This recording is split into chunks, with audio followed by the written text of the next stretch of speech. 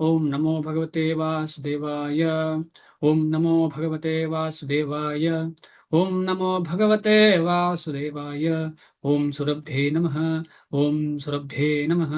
ಓಂ ಸುರಭ್ಯೇ ನಮಃ. ಮೂಕಂ ಕರೋತಿ ವಾಚಾಲಂ ಪಂಗುಂ ಲಂಘಯತೆ ಗಿರಿಂ ಯತ್ಕೃಪಾತಮಹಂ ವಂದೇ ಶ್ರೀಗುರುಂ ದೀನತಾರಿಣಂ ಶ್ರೀಚೈತನ್ಯಮೀಶ್ವರಂ ಪರಮಾನಂದಮಾಧವಂ. ಸ್ವಾಮಿ ವರ್ಣಾಶ್ರಮ ಪ್ರಚಾರಣೆ. ಶ್ಲೋಕ 41, ಅಧ್ಯಾಯ 6. ಪ್ರಾಪ್ಯ ಪುಣ್ಯಕೃತಾಂ ಲೋಕಾನ್ ಉಷಿತ್ವಾ ಶಾಶ್ವತೀ ಸಮಾಹ ಶುಚೀನಾಂ ಶ್ರೀಮತಾಂ ಗೇಹೆ ಯೋಗಭ್ರಷ್ಟೋಭಿಜಾಯತೆ. ಪ್ರಾಪ್ಯ ಪುಣ್ಯಕೃತಾಂ ಲೋಕಾನ್ ಉಷಿತ್ವಾ ಶಾಶ್ವತೀ ಸಮಾಹ ಶುಚೀನಾಂ ಶ್ರೀಮತಾಂ ಗೇಹೆ ಯೋಗಭ್ರಷ್ಟೋಭಿಜಾಯತೆ. ಪ್ರಾಪ್ಯ ಪುಣ್ಯಕೃತಾಂ ಲೋಕಾನ್ ಉಷಿತ್ವಾ ಶಾಶ್ವತೀ ಸಮಾಹ ಶುಚೀನಾಂ ಶ್ರೀಮತಾಂ ಗೇಹೆ ಯೋಗಭ್ರಷ್ಟಃ ಅಭಿಜಾಯತೆ. ಯೋಗಭ್ರಷ್ಟನು ಎಲ್ಲಿ ಹುಟ್ಟುತ್ತಾನೆ? ಶುಚೀನಾಂ ಶ್ರೀಮತಾಂ ಗೇಹೆ. ಶುಚೀನಾಂ ಪುಣ್ಯವಂತರ, ಶ್ರೀಮತಾಂ ಶ್ರೀಮಂತರ, ಗೇಹೆ ಮನೆಯಲ್ಲಿ, ಯೋಗಭ್ರಷ್ಟ ಅಂದ್ರೆ ಆತ್ಮ ಸಾಕ್ಷಾತ್ಕಾರದ ಮಾರ್ಗದಿಂದ ಪತನಗೊಂಡವನು, ಭಕ್ತಿ ಸೇವೆಯಿಂದ ಪತನಗೊಂಡವನು ಅಂತಹ ಕಡೆ ಜನ್ಮ ತಾಳುತ್ತಾನೆ.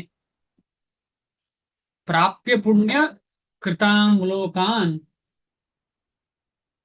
ಉಷಿತ್ವಾ ಶಾಶ್ವತೀ ಸಮಾಹ ಶುಚೀನಾಂ ಶ್ರೀಮತಾಂ ಗೇಹೆ ಯೋಗಭ್ರಷ್ಟೋಭಿಜಾಯತೆ.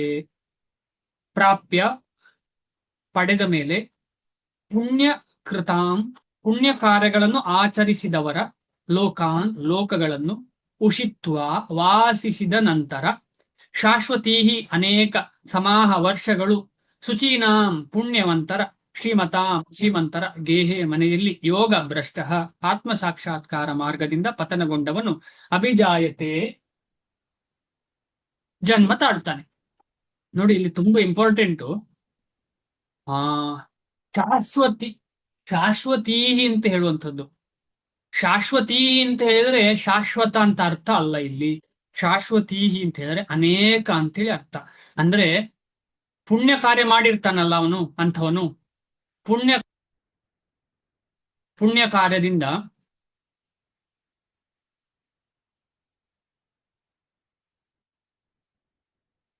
ಕಾರ್ಯದಿಂದ ಸಿಕ್ಕಿದಂತ ಸ್ವರ್ಗಾದಿ ಸುಖ ಎಷ್ಟು ಸಮಯ ಇರ್ತದೆ?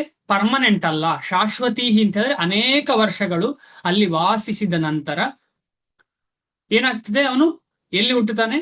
ಶುಚೀನಾಂ ಶ್ರೀಮತಾಂ ಗೇಹೆ. ಪುಣ್ಯವಂತರ ಮನೆಯಲ್ಲಿ, ಶ್ರೀಮಂತರ ಮನೆಯಲ್ಲಿ ಹುಟ್ಟುತ್ತಾನೆ. ಪುಣ್ಯವಂತರು ಅಂತ ಹೇಳಿದ್ರೆ ಯಾರು? ಪುಣ್ಯವಂತರು ಅಂದ್ರೆ ಯಾರು?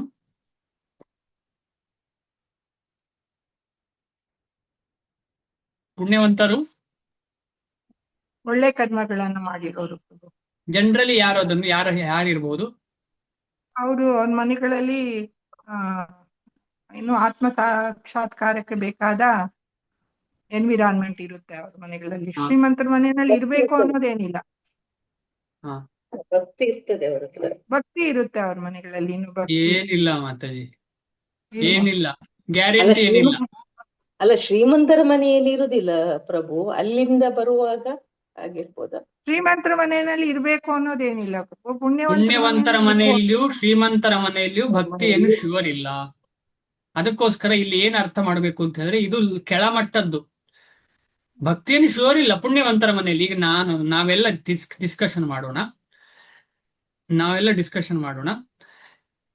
ನೀರುಳ್ಳಿ ಬೆಳ್ಳುಳ್ಳಿ ತಿನ್ನದೇ ಇರೋರು ಎಷ್ಟೋ ಜನ ಇದ್ದಾರೆ, ಹೌದಾ?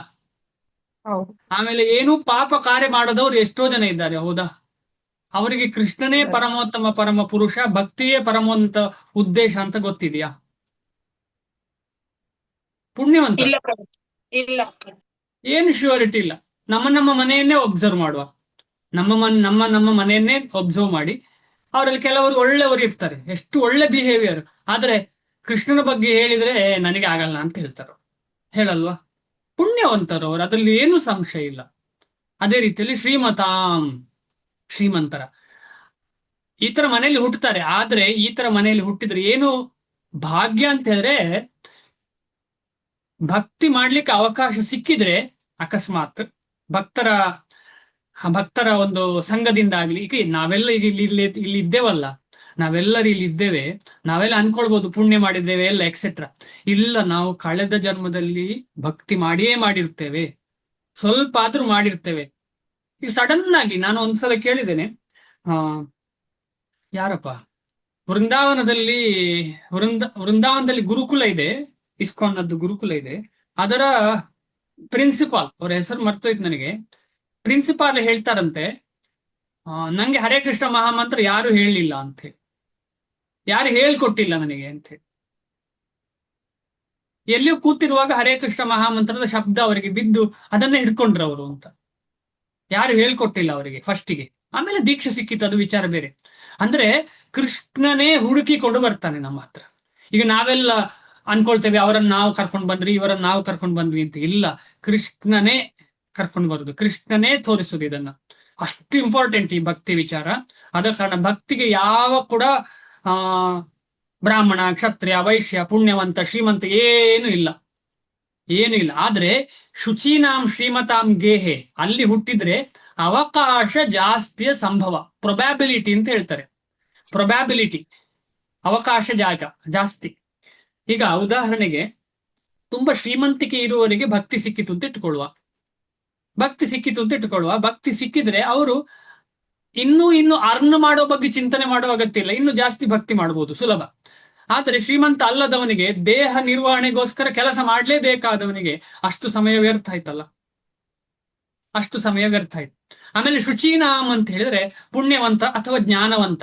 ಆ ಜ್ಞಾನವಂತನಿಗೆ ಈಗಾಗಲೇ ವೇದಶಾಸ್ತ್ರಗಳ ಗೊದ್ದೆ ಸ್ವಲ್ಪ ಅನುಭವ ಇರುವ ಕಾರಣ ಅವನಿಗೆ ಈ ಭಕ್ತಿ ಶಾಸ್ತ್ರವನ್ನು ಕೂಡ ತುಂಬಾ ಚೆನ್ನಾಗಿ ಅರ್ಥ ಮಾಡ್ಲಿಕ್ಕೆ ಸುಲಭ ಆಗ್ತದೆ. ಈ ರೀತಿಯಲ್ಲಿ ಶುಚೀನಾಮ್ ಮತ್ತು ಶ್ರೀಮತಾಂ, ಈ ಎರಡು ವ್ಯಕ್ತಿಗಳಿಗೆ ಪ್ರೊಬ್ಯಾಬಿಲಿಟಿ, ಅವಕಾಶ ಜಾಸ್ತಿ ಇದೆ. ಹಾಗೆ ಅಂತೇಳಿ ಶ್ಯೂರ್ ಏನಿಲ್ಲ. ಮುಂದೆ ಹೋಗೋಣ. ಅನುವಾದ. ಶ್ರೀಲ ಪ್ರಭುಪಾದರಿಗೆ ಜಯವಾಗ್ಲಿ. ಯೋಗ ಭ್ರಷ್ಟನು ಪುಣ್ಯಜೀವಿಗಳ ಲೋಕಗಳಲ್ಲಿ ಬಹುಕಾಲ ಸಂತೋಷವಾಗಿದ್ದು, ಅನಂತರ ಧರ್ಮಾತ್ಮರ ಮನೆಯಲ್ಲಿ ಅಥವಾ ಶ್ರೀಮಂತರ ಕುಟುಂಬದಲ್ಲಿ ಹುಟ್ಟುವನು. ಧರ್ಮಾತ್ಮರ ಮನ ಅಂತ ಹೇಳಿದ್ರೆ ಇನ್ ಜನರಲ್ ಏನ್ ಹೇಳ್ತಾರೆ, ಇನ್ ಜನರಲ್ ಧರ್ಮವನ್ನ ಪರಿಪಾಲನೆ ಮಾಡುವನು ಬ್ರಾಹ್ಮಣ.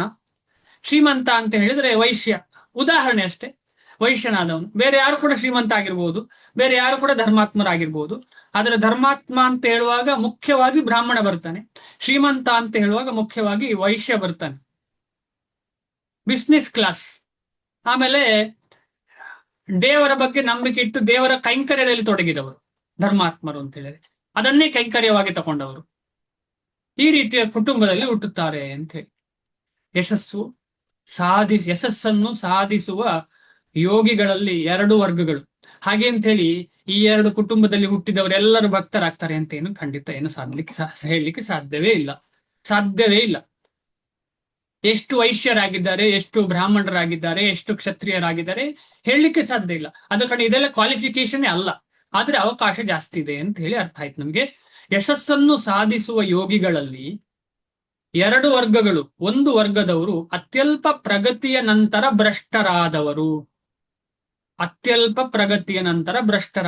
1 ವರ್ಷ ಹರೇ ಕೃಷ್ಣ ಮಹಾಮಂತ್ರ ಜಪ ಮಾಡಿದ್ದಾರೆ, ಭಕ್ತರ ಸಂಘ ಸಿಕ್ಕಿದೆ, ಆಮೇಲೆ ಮಾಡ್ಲಿಕ್ಕೆ ಆಗ್ಲಿಲ್ಲ, ಬಿಟ್ಟಿದ್ದಾರೆ. ಅಂಥವರು ಇರಬಹುದು, ಅಥವಾ 2 ದಿವಸ ಮಾಡಿದವರು ಇರಬಹುದು. ಇನ್ನೊಂದು ವರ್ಗದವರು ದೀರ್ಘಕಾಲ ಯೋಗಾಭ್ಯಾಸ ಮಾಡಿ ಭ್ರಷ್ಟರಾದವರು.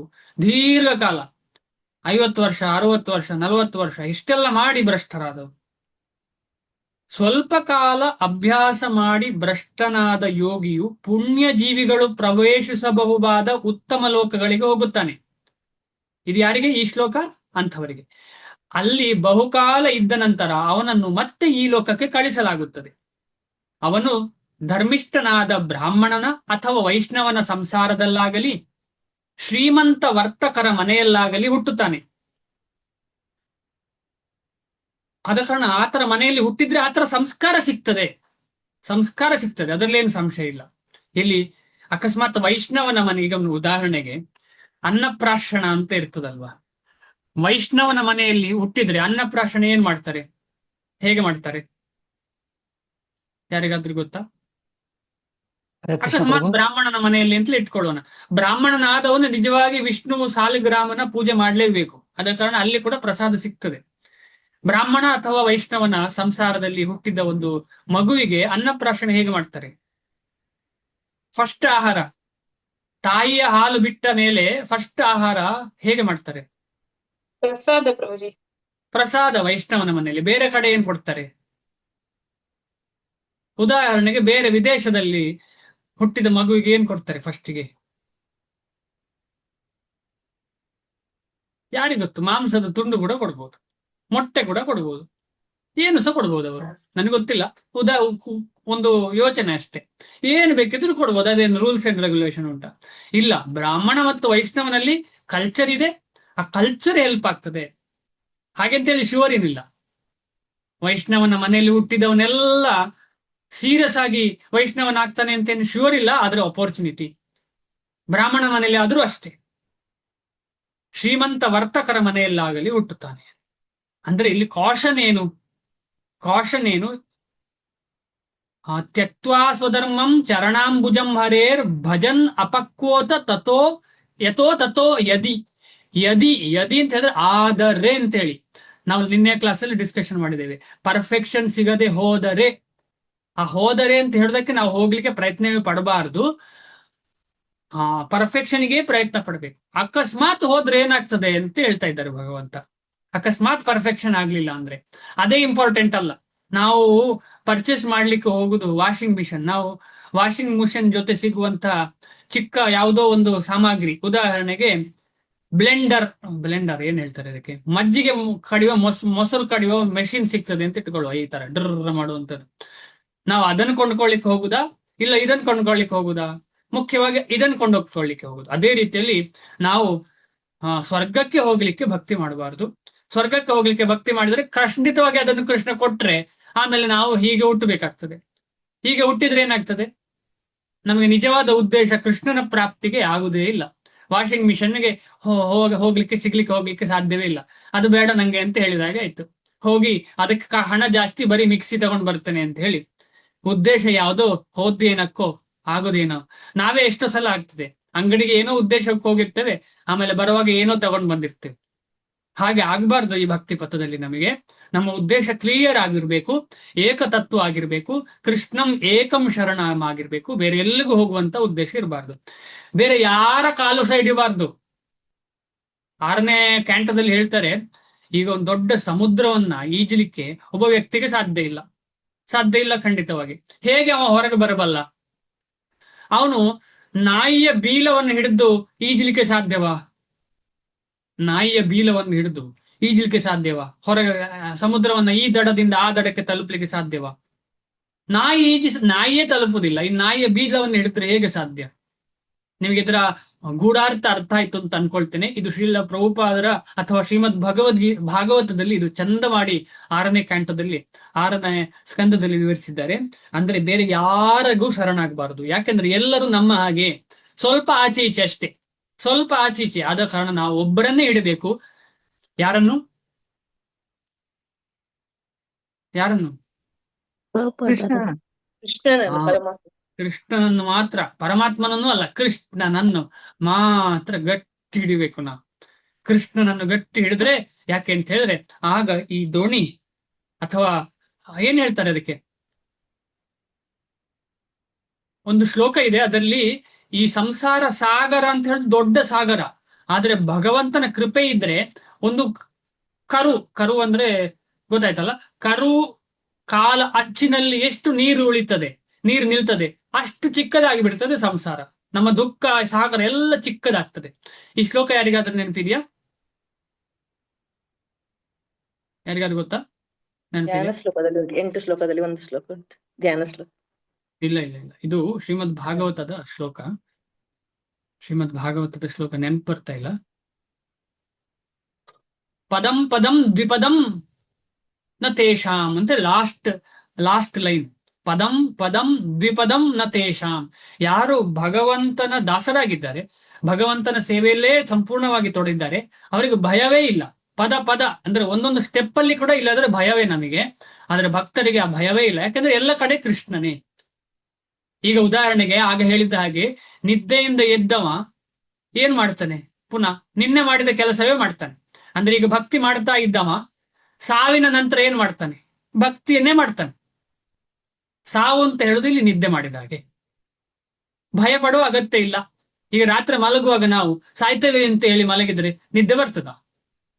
ಅಂತ ಸ್ಥಿತಿ ನಮಗೆ ಆಗಿಬಿಟ್ಟಿದೆ ಈಗ. ಭಯ ನಮಗೆ, ಅಯ್ಯೋ ಭಕ್ತಿ ಸಂಪೂರ್ಣ ಆಗ್ತದ ಇಲ್ವಾ, ಅಯ್ಯೋ ಕೃಷ್ಣನ ಕೃಪೆ ಸಿಗ್ತದ ಇಲ್ವಾ, ಅಯ್ಯೋ ಹಾಗೆ ಹೀಗೆ ಅಂತ ಹೇಳಿ ನಾವು ಚಿಂತನೆ ಮಾಡ್ತೇವೆ. ಅದಕ್ಕಿಂತ ಜಾಸ್ತಿಯಾಗಿ ನಾವೇನ್ ಚಿಂತನೆ ಮಾಡ್ಬೇಕು ಅಂತಂದ್ರೆ ಇನ್ನೂ ಭಕ್ತಿ ಸೇವೆ ಮಾಡ್ಬೇಕು. ಭಕ್ತಿ ಸಂಸ್ಕಾರವನ್ನ ಜಾಸ್ತಿ ಜಾಸ್ತಿ ಮಾಡಿದ ಹಾಗೆ ಬೆಳಿಗ್ಗೆ ಏಳುವಾಗ ಅದೇ ಸಂಸ್ಕಾರ ಬರ್ತದೆ. ಮಲಗುವಕ್ಕಿಂತ ಮುಂಚೆ ಏನು ಚಿಂತನೆ ಮಾಡಿದ್ದೇವೆ ಅದೇ ಬೆಳಿಗ್ಗೆ ಬರ್ತದೆ. ಸೊ ಈ ರೀತಿಯಲ್ಲಿ ನಾವು ಭಯವೇ ಪಡುವ ಅಗತ್ಯ ಇಲ್ಲ. ಮುಂದೆ ಹೋಗೋಣ. 2 ರೀತಿಯ ವ್ಯಕ್ತಿಗಳಲ್ಲೂ ಈ ಅಧ್ಯಾಯದ ಕೊನೆಯ ಶ್ಲೋಕದಲ್ಲಿ ವಿವರಿಸಿರುವಂತೆ ಯೋಗಾಭ್ಯಾಸದ ನಿಜವಾದ ಉದ್ದೇಶ ಕೃಷ್ಣ ಪ್ರಜ್ಞೆಯ ಅತ್ಯುನ್ನತ ಪರಿಪೂರ್ಣತೆಯನ್ನು ಸಾಧಿಸುವುದು.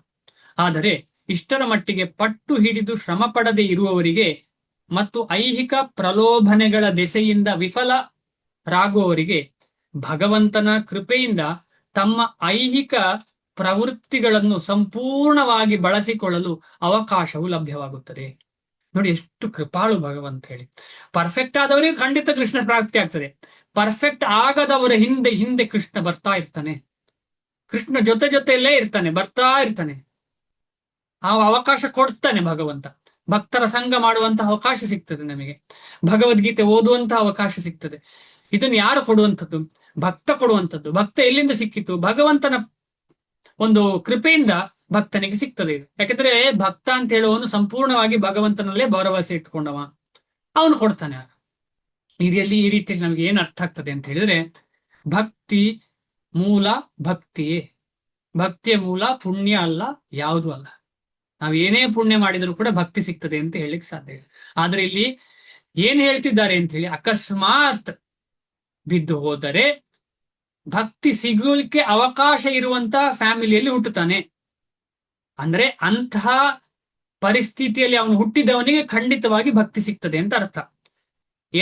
ಹುಟ್ಟಿದವರೆಲ್ಲರೂ ಹಿಂದಿನ ಜನ್ಮದಲ್ಲಿ ಭಕ್ತಿ ಮಾಡಿದ್ದಾರೆ ಅಂತ ಅರ್ಥ ಇಲ್ಲ. ಈ ಉದಾಹರಣೆಗೆ ಶ್ರೀಮಂತ ಕುಟುಂಬದಲ್ಲಿ ಅಥವಾ ಸಂಸ್ಕಾರಸ್ಥ ಕುಟುಂಬದಲ್ಲಿ ಹುಟ್ಟಿದವರೆಲ್ಲ ಕಳೆದ ಜನ್ಮದಲ್ಲಿ ಭಕ್ತಿ ಮಾಡಿದ್ದಾರೆ ಅಂತ ಅರ್ಥ ಅಲ್ಲ. ಆದರೆ ಅಕಸ್ಮಾತ್ ಯಾರಾದ್ರೂ ಆ ಜನ್ಮದಲ್ಲಿ ಭಕ್ತಿ ಮಾಡಿ ಪುನಃ ಬ್ರಾಹ್ಮಣ ಅಥವಾ ಕ್ಷತ್ರಿಯ ಅಥವಾ ವೈಶ್ಯ ಈ ರೀತಿಯ ಒಳ್ಳೆ ಕುಟುಂಬದಲ್ಲಿ ಹುಟ್ಟಿದ್ದಾನೆ ಅಂತ ಆದ್ರೆ ಅವನಿಗೆ ಅಲ್ಲಿ ಸಿಗ್ತದೆ ಅವಕಾಶ ಅಂತ ಅರ್ಥ. ಸಂಶಯ ಇಲ್ಲಲ್ಲ ಇಲ್ಲಿವರೆಗೆ? ಇದೆಯಾ?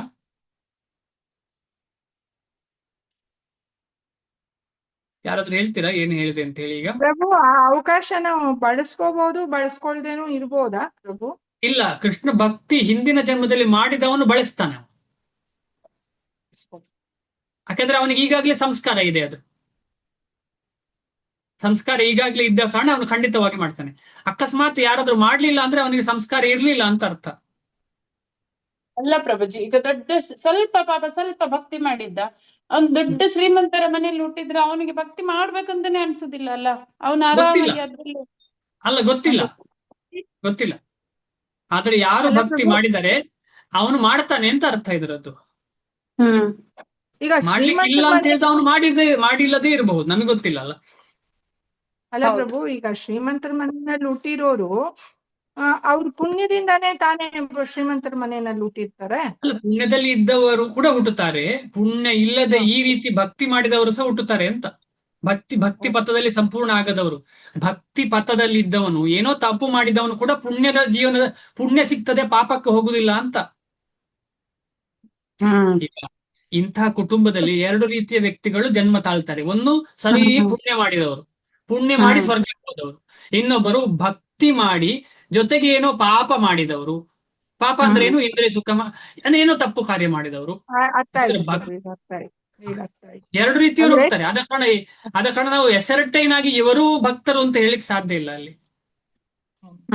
ಶ್ರೀಮಂತರ ಎರಡು ಮನೆಯಲ್ಲಿ ಆಪ್ಷನ್ ಇದೆ. ಹುಟ್ಟಿದವರೆಲ್ಲ ಭಕ್ತಿ ಮಾಡಿಯೇ ಹುಟ್ಟಿದ್ದಾರೆ ಅಂತ ಇಲ್ಲ, ಪುಣ್ಯವಂತರು ಸಹ ಹುಟ್ಟಿರ್ತಾರೆ. ಹಾ, ಕರೆಕ್ಟ್ ಆಯ್ತು. ಮುಂದೆ ಹೋಗೋಣ. ಹ್ಮ್. ಈ ಅಧ್ಯಾಯದ ಇದಾಯ್ತು. ಆದರೆ ಇಷ್ಟರ ಮಟ್ಟಿಗೆ ಪಟ್ಟು ಹಿಡಿದು ಶ್ರಮ ಪಡದೆ ಇರುವವರಿಗೆ ಮತ್ತು ಐಹಿಕ ಪ್ರಲೋಭನೆಗಳ ದೆಸೆಯಿಂದ ವಿಫಲರಾಗುವವರಿಗೆ ಇದೆ ಭಗವಂತನ ಕೃಪೆಯಿಂದ ತಮ್ಮ ಐಹಿಕ ಪ್ರವೃತ್ತಿಗಳನ್ನು ಸಂಪೂರ್ಣವಾಗಿ ಬಳಸಿಕೊಳ್ಳಲು ಅವಕಾಶ ಲಭ್ಯವಾಗುತ್ತದೆ. ಅಂತವರು ಆ ಶ್ರೀಮಂತಿಕೆಯನ್ನು ಎಲ್ಲವನ್ನ ಅವಕಾಶವನ್ನ ತಗೊಂಡು ಭಕ್ತಿ ಮಾಡ್ತಾರೆ. ಅಂತವರು ಆ ಬ್ರಾಹ್ಮಣತ್ವವನ್ನಾಗ್ಲಿ ಅಥವಾ ಶ್ರೀಮಂತಿಕೆಯನ್ನು ಉಪಯೋಗಿಸ್ತಾರೆ. ಇಲ್ಲದವರು ಏನ್ ಮಾಡ್ತಾರೆ? ಈಗ ಉದಾಹರಣೆ ಈಗಲೇ ನೋಡುವ ನಾವು. ದಯವಿಟ್ಟು ಕ್ಷಮಿಸಿ, ಯಾರಾದ್ರೂ ನೋವು ಮಾಡ್ಕೋಬೇಡಿ. ಒಳ್ಳೆ ಬ್ರಾಹ್ಮಣ ಈಗಿನ ಅಂದ್ರೆ ಕಲಿಯುಗದ ಬ್ರಾಹ್ಮಣ ಕುಟುಂಬದಲ್ಲಿ ಯಾರೋ ಹುಟ್ಟಿದ್ದಾರೆ ಅಂತ ಇಟ್ಕೊಳ್ಳುವ. ಒಳ್ಳೆ ಇಂಟೆಲಿಜೆಂಟ್ ಆದವನನ್ನು ಏನ್ ಮಾಡ್ತಾರೆ? ಹುಡುಗ ಚೆನ್ನಾಗಿದ್ದಾನೆ ಓದ್ಲಿಕ್ಕೆ, ಏನ್ ಮಾಡ್ತಾರೆ ಅವನನ್ನು? ಇಂಜಿನಿಯರ್, ಡಾಕ್ಟರ್ ಏನೋ ಆಗ್ತಾರೆ ಪ್ರಪಂಚ. ಹಾ, ಆಮೇಲೆ ಏನು ಹುಷಾರಿಲ್ಲದವನನ್ನು ಏನ್ ಮಾಡ್ತಾರೆ? ಭಟ್ರು. ಪೌರೋಹಿತ್ಯಕ್ಕೆ ಕಳಿಸ್ತಾರೆ. ಉಲ್ಟಾ ಆಗ್ಬೇಕಿತ್ತು. ದಯವಿಟ್ಟು ಕ್ಷಮಿಸಿ, ಬೇಜಾರು ಮಾಡಬೇಡಿ. ಉಲ್ಟಾ ಆಗ್ಬೇಕಿತ್ತು. ಆದ್ರೆ ನಾವೇನ್ ಮಾಡ್ತಿದ್ದೇವೆ? ಈ ರೀತಿ ಮಾಡ್ತಿದ್ದೇವೆ. ಏನೇ ಇರ್ಲಿ, ಎಲ್ಲಿ ನಮ್ಮ ನಿಜವಾದ ಮನಸ್ಥಿತಿ ಎಲ್ಲಿದೆ ಅಂತ ನಮಗೆಲ್ಲ ಅರ್ಥ ಆಗ್ತದೆ. ನಾವು ಯಾವ ರೀತಿಯಲ್ಲಿ ಇದ್ದೇವೆ ಅಂದ್ರೆ, ನಾವು ನಮ್ಮ ಮಕ್ಕಳನ್ನ ಎಲ್ಲಿ ಕಳಿಸ್ತಾ ಇದ್ದೇವೆ ಅಂತ ಹೇಳಿದ್ರೆ, ಇನ್ನೊಬ್ಬರ ಕೆಳಗೆ ಕೆಲಸ ಮಾಡು ಅಂತ ಹೇಳಿ ಕಳಿಸ್ತಾ ಇದ್ದೇವೆ. ಅದು ನಿಜವಾಗಿ ಯಾರ ವೃತ್ತಿ ಅದು? ಇನ್ನೊಬ್ಬರ ಕೆಳಗೆ ಕೆಲಸ ಮಾಡುವುದು ಪಾರಿಚಾರ್ಯಕ ಅಂತ ಹೇಳ್ತಾರೆ. ಶೂದ್ರ ಪಾರಿಚಾರಕ ಅಂತ ಹೇಳಿದ್ರೆ ಶೂದ್ರ ವೃತ್ತಿ. ಅಂದ್ರೆ ಬ್ರಾಹ್ಮಣನನ್ನ ಶೂದ್ರ ವೃತ್ತಿಗೆ ಕಳಿಸುದು. ಯಾರು ಕಾರಣ? ಯಾರೇ ಇರ್ಲಿ, ಏನೇ ಇರ್ಲಿ, ಬಟ್ ಈ ರೀತಿ ನಡೀತಾ ಉಂಟು. ಇದನ್ನು ಬದಲಾವಣೆ ಮಾಡಬೇಕು ಅಂತ ಹೇಳಿದ್ರೆ ಪುನಃ ಈ ವರ್ಣಾಶ್ರಮ ಸಿಸ್ಟಮ್ ಬಂದ್ರೆ ಮಾತ್ರ ಸಾಧ್ಯ. ಅದು ಯಾರಿಗೂ ಹೇಳಿ ಫಲ ಇಲ್ಲ, ಇವರಿಗೆ ದೂಷಿಸಿ ಫಲ ಇಲ್ಲ. ಸುಮ್ಮನೆ ದೂಷಿಸಿ ನಮ್ಮ ಸಮಯ ವ್ಯರ್ಥ. ಅದಕ್ಕಿಂತ ನಾವೆಲ್ಲರೂ ಅಂದ್ರೆ ವೈಷ್ಣವರು ಅಥವಾ ಭಗವದ್ ಭಕ್ತಿ ಮಾಡ್ಲಿಕ್ಕೆ ಪ್ರಯತ್ನ ಪಡುವವರೆಲ್ಲರೂ ಸೇರಿ ಪುನಃ ಈ ವರ್ಣಾಶ್ರಮ ಪದ್ಧತಿಯನ್ನ ವಾಪಸ್ ತರುವ ಹಾಗೆ ಮಾಡಬೇಕು. ಆಗ ತುಂಬಾ ಜನ ಭಕ್ತಿಗೆ ಇನ್ನೂ ಜಾಸ್ತಿ ಬರ್ಲಿಕ್ಕೆ ಸಾಧ್ಯ. ಅದು ಉದ್ದೇಶ. ವರ್ಣಾಶ್ರಮವೇ ಉದ್ದೇಶ ಅಲ್ಲ. ವರ್ಣಾಶ್ರಮವನ್ನು ಇಡುವಂತ ಉದ್ದೇಶ ಯಾಕೆ ಅಂತಂದ್ರೆ ಜಾಸ್ತಿ ಜನ ಭಕ್ತಿಗೆ ಬರ್ಲಿಕ್ಕೆ ಅವಕಾಶ ಅಂತ ಹೇಳಿ. ಯಾಕೆಂತ ಹೇಳಿದ್ರೆ ಶ್ರೀಮತಾಂ ಗೇಹೆ ಅಂತ ಹೇಳೋ ವಿಷಯ. ಅನಂತರ ಅವರಿಗೆ ಧರ್ಮಿಷ್ಠ ಅಥವಾ ಶ್ರೀಮಂತ ಕುಟುಂಬಗಳಲ್ಲಿ ಅನುಕೂಲ ಸ್ಥಿತಿಯಲ್ಲಿ ಬಾಳಲು ಅವಕಾಶಗಳು ಲಭ್ಯವಾಗುತ್ತವೆ. ಇಂತಹ ಸಂಸಾರದಲ್ಲಿ ಹುಟ್ಟಿದವರು ಸೌಲಭ್ಯಗಳನ್ನು ಸದುಪಯೋಗ ಮಾಡಿಕೊಂಡು ಪೂರ್ಣ ಕೃಷ್ಣ ಪ್ರಜ್ಞೆಗೆ ಏರಲು ಪ್ರಯತ್ನಿಸಬಹುದು. ಅರ್ಥ ಆಯ್ತು ನಮಗೆ? ಯಾಕಂದ್ರೆ ಈಗಲೇ ಚರ್ಚೆ ಮಾಡಿದ್ದೇವೆ. ಇದರಲ್ಲಿ 2 ರೀತಿಯಲ್ಲಿ ಅವಕಾಶ ಇದೆ. ಒಬ್ಬರು ಭಕ್ತನಾದವನು ಅದನ್ನು ಉಪಯೋಗಿಸಬಹುದು. ಬೇಗ ರಿಟೈರ್ಮೆಂಟ್ ತಗೊಂಡು, ಒಳ್ಳೆ ಕೆಲಸ ಸಿಕ್ಕಿದೆ, ಬೇಗ ರಿಟೈರ್ಮೆಂಟ್ ಸಿಕ್ಕೊಂಡು ಫುಲ್ ಭಕ್ತಿ ಮಾಡ್ತೇನೆ ಅಂತ ಹೇಳಿ. ಇನ್ನೊಬ್ಬ, ಇಲ್ಲ ನನಗೆ ಹಣವೇ ಸಿಗ್ತಾ ಇಲ್ಲ, ಇನ್ನು ಲೈಫ್ ಲಾಂಗ್ ವರ್ಕೇ ಮಾಡಬೇಕು, ಒಟ್ಟೊಟ್ಟಿಗೆ ಜಪ ಮಾಡ್ತೇನೆ, ತೊಂದರೆ ಇಲ್ಲ. ಆದ್ರೆ ಎರಡನೇವನಿಗೆ ಜಾಸ್ತಿ ಶೀಘ್ರವಾಗಿ ಭಕ್ತಿ ಮಾಡ್ಲಿಕ್ಕೆ ಅವಕಾಶ ಜಾಸ್ತಿ. ಈ ರೀತಿಯಲ್ಲಿ ಆದ ಕಾರಣ ಕರ್ಮಕ್ಕೆ ಅನುಗುಣವಾಗಿ ನಾವು ಯಾರನ್ನೂ ಬದಲಾವಣೆ ಮಾಡ್ಲಿಕ್ಕೆ ಸಾಧ್ಯ ಇಲ್ಲ. ಈಗ ಉದಾಹರಣೆಗೆ ಕೆಲವರು ಬ್ರಹ್ಮಚಾರಿಗಳಾಗ್ತಾರೆ. ಅಕಸ್ಮಾತ್ ಬ್ರಹ್ಮಚಾರಿಗಳನ್ನು ಮನಸ್ಸಲ್ಲಿ ಬ್ರಹ್ಮಚಾರಿ ಆಗ್ತೇನೆ ಅಂತ ಹೇಳಿದವನನ್ನು ಮದುವೆ ಮಾಡಿದ್ರೆ ಅವನು ಹೆಂಡತಿಯನ್ನು ಬಿಟ್ಟು ಪುನಃ ಬ್ರಹ್ಮಚಾರಿ ಆದವನು. ಆದ ಕಾರಣ ಇದು ಯಾವುದು? ಅದು ಭಕ್ತಿಯ ಸಂಸ್ಕಾರ ಬೆಳೆಸಿದವನಾಗಿರ್ತಾನೆ. ಅವನನ್ನು ಚೇಂಜ್ ಮಾಡ್ಲಿಕ್ಕೆ ಸಾಧ್ಯವ? ನಾವು ಅಮ್ಮ ಅಪ್ಪ ಅಂತ ಹೇಳಿ ಅವನಿಗೆ ಬೇಜಾರು ಮಾಡ್ಲಿಕ್ಕೆ ಸಾಧ್ಯ ಇಲ್ಲ. ಆದ ಕಾರಣ ಇದನ್ನೆಲ್ಲ ಆಧ್ಯಾತ್ಮಿಕ ದೃಷ್ಟಿಯಿಂದ ನಾವು ನೋಡಿದ್ರೆ ನಮ್ಗೆ ಇದು ಚೆನ್ನಾಗಿ ಅರ್ಥ ಆಗ್ತದೆ. ಇಲ್ಲ ಅಂತ ಹೇಳಿದ್ರೆ ಅಯ್ಯೋ ನನ್ನ ಮಗ, ಅಯ್ಯೋ ನನ್ನ ಮಗಳು, ಅಯ್ಯೋ ಇವರಿಗೆ ಯಾಕೆ ಭಕ್ತಿ ಸಿಕ್ಕಿತು, ಇವ್ರು ಭಕ್ತಿ ಮಾಡಿ ಹಾಳಾಗ್ತಿದ್ದಾರಲ್ಲ ಅಂತ ಚಿಂತನೆ. ನಾವೇ ಎಷ್ಟೋ ಸಲ ನೋಡಿರ್ತೀವಿ. ನಾವ್ ಯಾರಿಗಾದ್ರೂ ರಿಲೇಟಿವ್ಸ್ ಮಕ್ಕಳಿಗೆ ಅಥವಾ ಯಾರಿಗಾದ್ರೂ ಹರೇ ಕೃಷ್ಣ ಹೇಳು ಅಂತ ಹೇಳಿದ್ರೆ ನಮ್ಮನ್ನು ಸ್ವಲ್ಪ ದೂರ ಇಡ್ಲಿಕ್ಕೆ ಶುರು ಮಾಡ್ತಾರೆ. ಯಾಕೆ ಇಡ್ತಾರೆ? ಅಯ್ಯೋ ಹರೇ ಕೃಷ್ಣ ಹೇಳಿದ್ರೆ ಈ ಲೋಕದವರೇ ಅಲ್ಲ ಅವರು ಅಂತ ಹೇಳುವಂತ ಅವರೊಂದು ಏನ್ ಹೇಳ್ತಾರೆ ಅದಕ್ಕೆ, ಏಲಿಯನ್ ಅಂತ ಹೇಳ್ತಾರೆ. ಏಲಿಯನ್ ಕನ್ನಡದಲ್ಲಿ ನಂಗೆ ಗೊತ್ತಿಲ್ಲ. ಏಲಿಯನ್ನಿಗೆ ಏನ್ ಹೇಳ್ತಾರೆ ಕನ್ನಡದಲ್ಲಿ? ಗೊತ್ತಿಲ್ಲ ಪ್ರಭುಜಿ, ಏಲಿಯನ್ ಅಂತಾನೆ ಹೇಳೋದಲ್ಲ.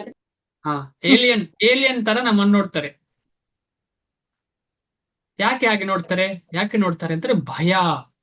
ಏನು ಭಯ? ಅಹಂ ಮಾಮೇತಿಯಿಂದ ದೂರ ಹೋಗುವಂತ ಭಯ.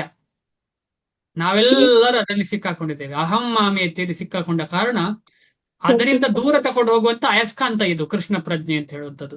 ಅದು ಇಷ್ಟ ಆಗುದಿಲ್ಲ ನನಗೆ. ಯಾಕಂದ್ರೆ ಎಷ್ಟೋ ಜನ್ಮದಿಂದ ಮಾಡ್ತಾ ಇದ್ದೇವೆ. ಎಸ್ ಕೀಳರಿಮೆ ಹೇಳುದಾ ಪ್ರಭುಜಿ? ಇಲ್ಲ ಅಲ್ಲ ನಮ್ಮನ್ನು ಕೀಳರಿಮೆ ಅಲ್ಲ ಮಾತಾಜಿ. ನಮ್ಮನ್ನು ನೋಡುವಾಗ ಏಲಿ ಅಂತಾರ ನೋಡ್ತಾರೆ, ಅಂದ್ರೆ ಈ ಬೇರೆ ಎಲ್ಲಿಂದಲೂ ಬಂದವರ ಹಾಗೆ ನೋಡ್ತಾರೆ ಅಂತ ಯಾರು ಭಕ್ತಿ ಮಾಡುವವರನ್ನು. ನಾವು ನಮ್ಮ ಕುಟುಂಬದಲ್ಲಿ ಭಕ್ತಿ ಮಾಡದವರು ಯಾರಾದ್ರೂ ಇದ್ರೆ ಅವರಿಗೆ ನಾವು ಹೇಳಲಿಕ್ಕೆ ಹೋದ್ರೆ, ನಾನು ಬೇರೆಯವರಿಗೆ ಹೇಳ್ತಾ ಇಲ್ಲ, ಕುಟುಂಬದಲ್ಲಿ ಹೇಳ್ತಾ ಇರುವಂತದ್ದು. ಬೇರೆಯವರು ತಗೊಳ್ತಾರೆ, ಕುಟುಂಬದವರು ತಗೊಳ್ಳೋದಿಲ್ಲ. ಕರೆಕ್ಟಾ? ಹೌದು ಪ್ರಭು. ಬೇರೆಯವರು ಸುಲಭದಲ್ಲಿ ತಗೊಳ್ತಾರೆ, ಆದ್ರೆ ಕುಟುಂಬದವರು ತಗೊಳ್ಳೋದಿಲ್ಲ. ಅಂತವರಿಗೆ ಹೇಳಿದ್ರೆ ಇವನು ಯಾನಪ್ಪ, ಅಣ್ಣನಿಗೆ ತಮ್ಮ ಹೇಳಿದ್ರೆ ಇವನು ಯಾರಪ್ಪ, ಅಪ್ಪನಿಗೆ ಮಗ ಹೇಳಿದ್ರೆ ಇವನು ಯಾರಪ್ಪ, ಮಗನಿಗೆ ಅಪ್ಪ ಹೇಳಿದ್ರೆ ಇವರು ಯಾರಪ್ಪ, ಅಮ್ಮ, ಈ ರೀತಿಯಲ್ಲಿ ಎಲ್ಲರೂ ಚಿಂತನೆ ಮಾಡ್ತಾರೆ. ಭಾರಿ ಅಪರೂಪ ಆಗುದು ಅಂದ್ರೆ, ಆಗುದಿಲ್ಲ ಅಂತ ಹೇಳಲಿಕ್ಕೆ ಸಾಧ್ಯ ಇಲ್ಲ, ಸಾಧ್ಯ ಇದೆ. ಆದ್ರೆ ಈ ರೀತಿಯ ಸಂಕಷ್ಟ ಹೆಚ್ಚಿನವರಿಗೆ ಇದೆ. ಆದ ಕಾರಣ ನಾವು ಇದನ್ನ ಸ್ವಲ್ಪ ಯೋಚನೆ ಮಾಡಬೇಕು. ಯೋಚನೆ ಮಾಡಿ ಇದ್ರ ಬಗ್ಗೆ ಜಾಸ್ತಿ ತಲೆ ಕಡಿಸಿಕೊಳ್ಳದೆ ಆದಷ್ಟು ಸೇವೆ ಮಾಡಿ ಆದಷ್ಟು ಹೇಳಲಿಕ್ಕೆ ಪ್ರಯತ್ನ. ಅವ್ರು ಹೇಳ್ತಾರ, ಹೇಳಿ, ಪರವಾಗಿ.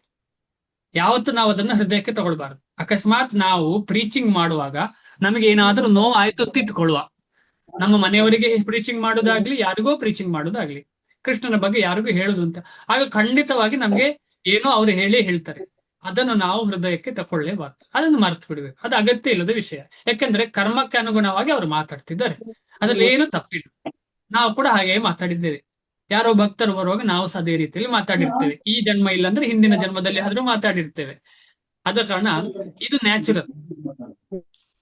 ನ್ಯಾಚುರಲ್. ಅದನ್ನ ನಾವು ತಲೆಗೆ ಹಾಕಿಕೊಳ್ಬಾರ್ದು. ಅಥವಾ ಅಲ್ಲ ಅಂದ್ರೆ ಏನಾಗ್ತದೆ, ನೆಕ್ಸ್ಟ್ ಸ್ಟೇಜ್, ಒಳ್ಳೆ ಸಾಧನೆ ಮಾಡಿದವನು ಎಲ್ಲಿ ಹುಟ್ಟುತ್ತಾನೆ ಅಂತ ಹೇಳಿ ಅವನಿಗೆ ಇನ್ನೂ ಅವಕಾಶ ಜಾಸ್ತಿ ಇರ್ತದೆ. ಅಥವಾ ಅಂತ ಹೇಳಿದ್ರೆ ಸಂಸ್ಕೃತದ ಪದವೇ ನೋಡಿ, ಅಥವಾ ಯೋಗಿನಾಂ ಏವ, ಇಲ್ಲಿ ನಿಜವಾದ ವೈಷ್ಣವನಲ್ಲಿ ಹುಟ್ಟುತ್ತಾನೆ. ಯೋಗಿನಾಂ ಏವ ಕುಲೇ ಭವತಿ ಧೀಮತಾಂ ಏತದ್ಧಿ ದುರ್ಲಭತರಂ ಲೋಕೆ ಜನ್ಮ ಯದೀದೃಶಂ. ಆಕ್ಚುಲಿ ಅಲ್ಲಿ ಬ್ರಾಹ್ಮಣ ಅಂತ ಹೇಳುದು ಕರೆಕ್ಟ್ ಆಗಿದೆ, ಇಲ್ಲಿ ವೈಷ್ಣವ ಅಂತ ಹೇಳುದು ಕರೆಕ್ಟ್ ಆಗಿದೆ. ಏನೇ ಇರ್ಲಿ, ಮುಂದೆ ಹೋಗೋಣ. ಅಥವಾ ಯೋಗಿನಾಮೇವ ಕುಲೇ ಭವತಿ ಧೀಮತಾಂ ಏತದ್ಧಿ ದುರ್ಲಭತರಂ ಲೋಕೆ ಜನ್ಮ ಯದೀದೃಶಂ. ಶ್ರೀಪ್ರಭುಪಾದ ಕಿ ಜಯ. ಅಥವಾ ದೀರ್ಘಕಾಲದ ಯೋಗಾಭ್ಯಾಸದ ಅನಂತರ ನಾಗಿದ್ದಲ್ಲಿ, ಇಲ್ಲಿ ಕೂಡ ನಾಗಿದ್ದಲ್ಲಿ, ಅದು ಪ್ರಿಯಾರಿಟಿ ಅಲ್ಲ, ಅವನು ಧೀಮಂತ ಅಂದ್ರೆ ಏನು?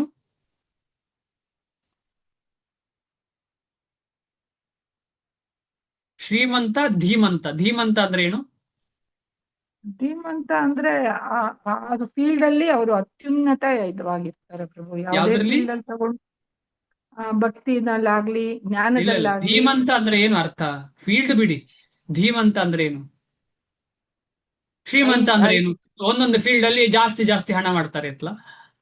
ಅಲ್ಲ ಪ್ರಭು, ಬಡವರ ಆಯಾ ಮನೆಯಲ್ಲಿ ಫೀಲ್ಡ್ ಅಲ್ಲಿ ಅವರು ಅತ್ಯುನ್ನತವಾಗಿರ್ತಾರೆ. ಈಗ ಜ್ಞಾನದಲ್ಲಾಗ್ಲಿ ಅವರು ಧೀಮಂತವಾಗಿರ್ತಾರೆ, ಭಕ್ತಿನಲ್ಲಾಗ್ಲಿ. ಇಲ್ಲ ಮಾತಾಜಿ, ನಾನು ಅಲ್ಲಲ್ಲ, ಬೇಡ. ಭಕ್ತಿ ವಿಷಯ. ಧೀಮಂತ ಅಂತ ಹೇಳೋ ಪದದ ಅರ್ಥ ಧೀ ಅಂದ್ರೆ ಏನು? ಶ್ರೀಮಂತ ಅಂದ್ರೆ ರಿಚ್, ಧೀಮಂತ ಅಂದ್ರೆ ಪುವರ್ ಅಲ್ಲ ಪ್ರಭು? ಇಲ್ಲ, ಧೀ ಅಂದ್ರೆ ಏನು?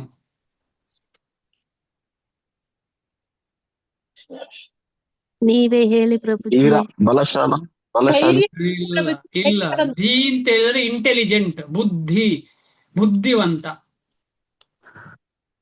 ಧಿಯೋ ಯೋ ನ ಪ್ರಚೋದಯಾತ್, ಕೇಳಿದ್ದೀರಾ? ಅದು ಹೇಳ್ಬಾರ್ದು ಪೂರ್ಣ ಶ್ಲೋಕ, ಒಂದು ಸ್ವಲ್ಪ ಹೇಳಿದ್ರೆ ಏನ್ ತಪ್ಪಿಲ್ಲ. ಧೀ ಅಂದ್ರೆ ಏನು? ಧೀ ಅಂದ್ರೆ ಬುದ್ಧಿ ಏನ್ ಕೇಳುದು? ಆ ಮಂತ್ರ ಹೇಳುವಾಗ, ಗಾಯತ್ರಿ ಮಂತ್ರ ಹೇಳುವಾಗ, ನನಗೆ ಬುದ್ಧಿ ಕೊಡು. ಏನಕ್ಕೆ ಬುದ್ಧಿ ಕೊಡು? ಭಗವಂತನ ಸೇವೆ ಮಾಡೋ ಬುದ್ಧಿ ಕೊಡು ಅಂತ ಕೇಳಲಿಕ್ಕೆ ಅದು ಇರುವಂತದ್ದು. ಬೇರೆ ಬುದ್ಧಿ ಅಲ್ಲ. ಬೇರೆ ಬುದ್ಧಿ ಇಟ್ಕೊಂಡು ಎಂತ ಮಾಡೋದು?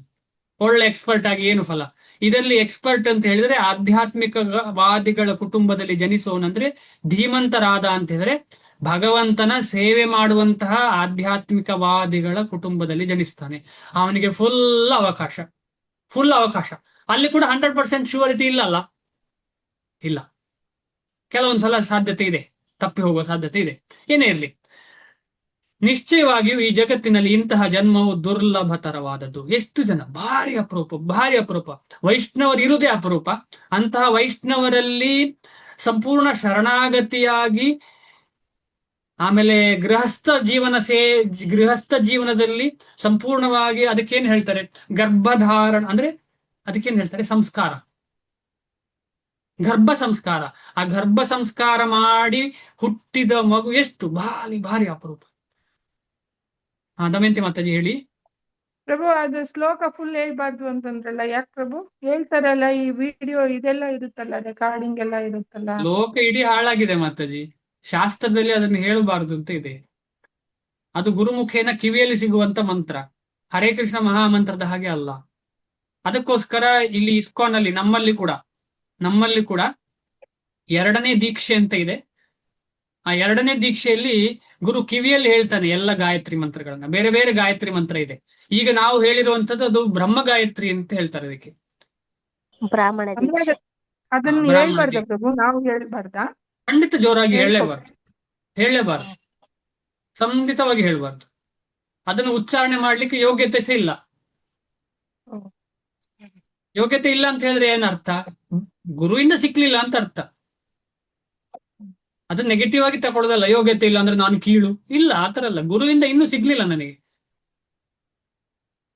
ಆದ ಕಾರಣ ಗುರುವಿಂದ ಸಿಗುವ ತನಕ ನಾವು ಹರೇ ಕೃಷ್ಣ ಮಹಾಮಂತ್ರ ಜಪ ಮಾಡ್ತಾ ಇರಬೇಕು. ಹಾಗೆ ಅಂತೇಳಿ ಗಾಯತ್ರಿ ಮಂತ್ರ ಸಿಕ್ಕಿದ ಕೂಡಲೇ ಹರೇ ಕೃಷ್ಣ ಮಹಾಮಂತ್ರ ಕಮ್ಮಿ ಆಯ್ತು, ಅಥವಾ ಗಾಯತ್ರಿಗಿಂತ ಹರೇ ಕೃಷ್ಣ ಮಹಾಮಂತ್ರ ಗಾಯತ್ರಿಗಿಂತ ಕೀಳು, ಇಲ್ಲ. ಗಾಯತ್ರಿ ವಿಚಾರವೇ ಬೇರೆ. ಅದು ನಮಗೆ ಭಕ್ತಿಯಲ್ಲಿ ಹೆಲ್ಪ್ ಮಾಡುವಂಥದ್ದು ವಿನಃ ಹರೇ ಕೃಷ್ಣ ಮಹಾಮಂತ್ರ ಯಾವತ್ತೂ ನಮ್ಮ ಜೊತೆ ಇರುವಂಥದ್ದು. ಇವತ್ತು ನಾಳೆ ಎಂದೆಂದಿಗೂ ನಮ್ಮ ಜೊತೆ ಹರೇ ಕೃಷ್ಣ ಮಹಾಮಂತ್ರ ಇರುವಂಥದ್ದು. ಯಾಕಂತ ಹೇಳಿದ್ರೆ ಬ್ರಾಹ್ಮಣ ಕ್ಷತ್ರಿಯ ವೈಶ್ಯ ಶೂದ್ರ ಅಂತ ಹೇಳುವಂಥದ್ದೆಲ್ಲ ಎಲ್ಲಿ ಇರುವಂಥದ್ದು? ಗೋಲೋಕ ವೃಂದಾವನದಲ್ಲಿ ಇದೆಯಾ? ಇದೆಯಾ? ಇಲ್ಲ ಇಲ್ಲ. ಪ್ರಭುಜಿ. ಇಲ್ಲ ಅಂತ ಹೇಳಲಿಕ್ಕೆ ಆಗುದಿಲ್ಲ. ಆದ್ರೆ ಅದಷ್ಟು ಇಂಪಾರ್ಟೆಂಟ್ ಅಲ್ಲ. ಇಲ್ಲ ಅಂತ ಹೇಳಲಿಕ್ಕೆ ಆಗುದಿಲ್ಲ, ಆದ್ರೆ ಅದಷ್ಟು ಇಂಪಾರ್ಟೆಂಟ್ ಅಲ್ಲ. ಇಲ್ಲ ಅಂತ ಹೇಳುದಿಲ್ಲ, ಯಾಕೆ ಅಲ್ಲ? ಈ ಮರ್ತ್ಯ ಲೋಕದಲ್ಲಿ ವೃಂದಾವನದಲ್ಲಿ ಕೃಷ್ಣ ಬರುವಾಗ ಹೇಗೆ ಬಂದ? ಯಾರ ಹೊಟ್ಟೆಯಲ್ಲಿ ಜನ್ಮ? ಅಂದ್ರೆ ಜನ್ಮ ಅಂತ ಹೇಳಿ ಹೇಗೆ ಕಂಡಿತ್ತು ಅವರ ಜನ್ಮ ಅಂತ ಹೇಳಿ? ಕ್ಷತ್ರಿಯದಲ್ಲಿ ಅಥವಾ ವೈಶ್ಯ, ಈ ರೀತಿಯಲ್ಲಿ ನಮಗೆ ಕಾಣ್ತಾ ಉಂಟು. ಹಾಗೆ ಅಂತೇಳಿ ಅದಷ್ಟು ಇಂಪಾರ್ಟೆಂಟ್ ಅಲ್ಲ. ಗೋಲೋಕದಲ್ಲಿ ಇಂಪಾರ್ಟೆಂಟೇ ಅಲ್ಲವೇ ಅಲ್ಲ. ಆದ ಕಾರಣ ನಾವು ಅರ್ಥ ಮಾಡ್ಬೇಕು ಇದರಲ್ಲಿ ಎಂತ ಅಂತ ಹೇಳಿದ್ರೆ, ಈ ಬ್ರಾಹ್ಮಣ ಕ್ಷತ್ರಿಯ ವೈಶ್ಯ ಅಂತ ಹೇಳುದಕ್ಕೆ ಈ ಗಾಯತ್ರಿಯದ್ದು ವಿಚಾರ, ಅಥವಾ ದ್ವಿಜತ್ವ ಅಂತ ಹೇಳ್ತಾರೆ. ಅಂದ್ರೆ ಆಧ್ಯಾತ್ಮಿಕತೆಗೆ ಯೋಗ್ಯನಾದವನು ಅಂತ ಅರ್ಥ. ದ್ವಿಜ ಅಂತ ಹೇಳಿದ್ರೆ ದ್ವಿಜ ಆದವನೇನು, ಅವನ ಇಡೀ ಜೀವನ ಆಧ್ಯಾತ್ಮಿಕತೆ. ಅಂದ್ರೆ ಜನಿವಾರ ಹಾಕಿ, ನಾನು ಹೇಳ್ತಾ ಇರೋದು ನಮ್ಮ ಇಸ್ಕಾನ್ ಅಲ್ಲಿ ಈಗ ಜನಿವಾರ ನನಗೆ ಬ್ರಾಹ್ಮಣ ದೀಕ್ಷೆ ಸಿಕ್ಕಿ ಸಾಫ್ಟ್ವೇರ್ ಇಂಜಿನಿಯರ್ ಆದ್ರೆ ಅದ್ರಲ್ಲಿ ಏನು ಅರ್ಥ ಇದೆ? ಅದಕ್ಕಿಂತ ಮುಂಚೆ ನಾನು ಚಿಂತನೆ ಮಾಡ್ಬೇಕು, ತಗೊಳ್ಬೇಕಾ ಬೇಡವಾ ಅಂತ ಹೇಳಿ. 3 ಹೊತ್ತು ಸರಿಯಾಗಿ ಗಾಯತ್ರಿ ಜಪ ಮಾಡ್ಲಿಕ್ಕೆ ಆಗ್ತದ? ಆಮೇಲೆ ಶಾಸ್ತ್ರದಲ್ಲಿ ಏನ್ ಹೇಳಿದ ಶಾಸ್ತ್ರದಲ್ಲಿ? ಬ್ರಾಹ್ಮಣನ ವೃತ್ತಿ ಏನು?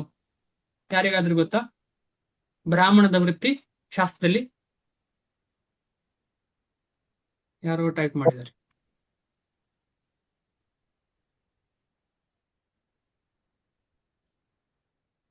ಹೇಳಿ, ಬ್ರಾಹ್ಮಣದ ವೃತ್ತಿ ಯಾವುದು? ಪೂಜೆ ಮಾಡೋದು. ಪೂಜೆ ಮಾಡೋದು, ಕರೆಕ್ಟ್. ಒಂದು ವೇದಾಧ್ಯಯನ ಪ್ರಭು, ವೇದಾಧ್ಯಯನ, ವೇದಾಧ್ಯಯನ. ಭಗವತ್ ಪ್ರಚಾರ, ವಿದ್ಯೆ ಅನ್ಕೊಳ್ಬೋದು. ಭಗವತ್ ಪ್ರಚಾರ, ಭಗವತ್ ವಿಜ್ಞಾನವನ್ನ ಪ್ರಚಾರ ಮಾಡುದು. ಹಾ, ವಿದ್ಯೆ ಅನ್ಕೊಳ್ಬೋದು. ವಿದ್ಯೆ ಕೊಡುದು. ವಿದ್ಯೆ ಅಂತ ಹೇಳೋಕೆ ಮಟೀರಿಯಲ್ ಮತ್ತು ಸ್ಪಿರಿಚುವಲ್ ಎಜುಕೇಶನ್ ಎರಡೂ ಇದೆ ಬ್ರಾಹ್ಮಣನಿಗೆ. ಮಟೀರಿಯಲ್ ಅಂಡ್ ಸ್ಪಿರಿಚುವಲ್ ಎಜುಕೇಶನ್ ಎರಡೂ ಕೊಡ್ಬೋದು ಬ್ರಾಹ್ಮಣ. ಯಜನ ಯಾಜನ, ಆಮೇಲೆ ದಾನ ಪ್ರತಿಗ್ರಹಣ, ಆಮೇಲೆ ಪಠನ ಪಾಠಣ, ಯಾರು ಷಟ್ಕರ್ಮ ನಿಪುಣೋ, ಷಟ್ಕರ್ಮದಲ್ಲಿ ನಿಪುಣನಾಗಿರ್ತಾನೆ ಬ್ರಾಹ್ಮಣ. ಮಂತ್ರ ತಂತ್ರ ವಿಶಾರದ, ಅವೈಷ್ಣವೋ ಗುರುರ್ನ ಸ್ಯಾತ್ ಶ್ವಪಚೋ ಗುರುಹು ಅಂತ ಹೇಳಿ. ಪಠನ ಪಾಠನ ನಿಮಗೆ ಅರ್ಥ ಆಯ್ತು. ನಾವೆಲ್ಲ ಓದುದು, ಓದಿಸುವಂಥದ್ದು ಅಂದ್ರೆ ಹೇಳಿಕೊಡುವಂಥದ್ದು. ಯಜನ ಯಾಜನ, ಯಜ್ಞ ಮಾಡುವುದನ್ನು ಹೇಗೆ ಅಂತ ಹೇಳಿಕೊಡುವಂಥದ್ದು. ಆಮೇಲೆ ದಾನ ಕೊಡುವಂಥದ್ದು, ಆಮೇಲೆ ದಾನವನ್ನ ತಗೊಳ್ಳುವಂಥದ್ದು. ಈ 6 ಮಾತ್ರ ಅವನ ಕರ್ತವ್ಯ, ಅವನ ಕೆಲಸ ಬ್ರಾಹ್ಮಣ ಆದವ. ಈಗ ಪ್ರಶ್ನೆ, ಎಷ್ಟು ಜನ ಇದನ್ನು ನಾವು ಮಾಡ್ತೇವೆ ಅಂತ ಹೇಳಿ? ಇಸ್ಕಾನ್ ನಲ್ಲೇ ನಾವೇ ಭಾರಿ ವಿರಳ. ಅದಕ್ಕೋಸ್ಕರ ಇದು ಅಷ್ಟು ಸುಲಭ ಅಲ್ಲ, ಹೇಳುದು ಸುಲಭ. ಅದಕ್ಕೋಸ್ಕರ ನಾವು ಹರೇ ಕೃಷ್ಣ ಮಹಾಮಂತ್ರವನ್ನು ಗಟ್ಟಿ ಇಟ್ಕೊಂಡು ಎಷ್ಟಾಗ್ತದೆ ಅಷ್ಟು ಶಿಲ ಪ್ರಭುಪಾದರು ಹೇಳಿದ ರೀತಿಯಲ್ಲಿ ವರ್ಣಾಶ್ರಮವನ್ನ ಪುನಃ ಮಾಡ್ಲಿಕ್ಕೆ ನಾವು ಪ್ರಯತ್ನ. ನಮ್ಮ ಈ ಒಂದು ಜನ್ಮದಲ್ಲಿ ಆಗ್ತದೆ ಅಂತ ಹೇಳಿಕ್ಕೆ ಸಾಧ್ಯ ಇಲ್ಲ, ಆದ್ರೂ ಪ್ರಯತ್ನ ಮಾಡಲೇಬೇಕು ನಾವು. ಅದರಿಂದ ಹೊರಗೆ ಬರಬಾರದು. ಅದು ನಿನ್ನೆ ಕ್ಲಾಸಲ್ಲಿ ನಾವು ಡಿಸ್ಕಷನ್ ಮಾಡಿದ್ದೇವೆ. ಭಾವಾರ್ಥ: ಧೀಮಂತರಾದ ಯೋಗಿಗಳ ಕುಟುಂಬದಲ್ಲಿ ಜನ್ಮ ತಾಳುವುದನ್ನು ಇಲ್ಲಿ ಹೊಗಳಿದೆ. ಏಕೆಂದರೆ ಇಂತಹ ಸಂಸಾರದಲ್ಲಿ ಹುಟ್ಟಿದ ಮಗುವಿಗೆ ಅವನ ಬಾಳಿನ ಪ್ರಾರಂಭದಿಂದಲೇ, ಅನ್ನಪ್ರಾಶನ ಸಮಯದಿಂದಲೇ ಒಂದು ಆಧ್ಯಾತ್ಮಿಕ ಚಾಲನ ಶಕ್ತಿಯು ದೊರೆಯುತ್ತದೆ. ಅನ್ನಪ್ರಾಶನ ಮಾತ್ರ ಅಲ್ಲ, ಗರ್ಭಧಾನ ಸಂಸ್ಕಾರದ ಸಮಯದಲ್ಲೇ ಸಿಗ್ತದೆ. ವಿಶೇಷವಾಗಿ ಆಚಾರ್ಯರ ಅಥವಾ ಗೋಸ್ವಾಮಿಗಳ ಕುಟುಂಬಗಳಲ್ಲಿ ಹೀಗಾಗುತ್ತದೆ. ಶಿಲ ಪ್ರಭುಪಾದರು ಇದೇ ರೀತಿಯಾಗಿದೆ. ಪರಂಪರೆಯಿಂದಲೂ ಶಿಕ್ಷಣದಿಂದಲೂ ಇಂತಹ ಸಂಸಾರಗಳಲ್ಲಿ ವಿದ್ವತ್ತು, ದೈವಭಕ್ತಿ ಇರುತ್ತದೆ. ಆದುದರಿಂದ ಅವರು ಗುರುಗಳಾಗುತ್ತಾರೆ.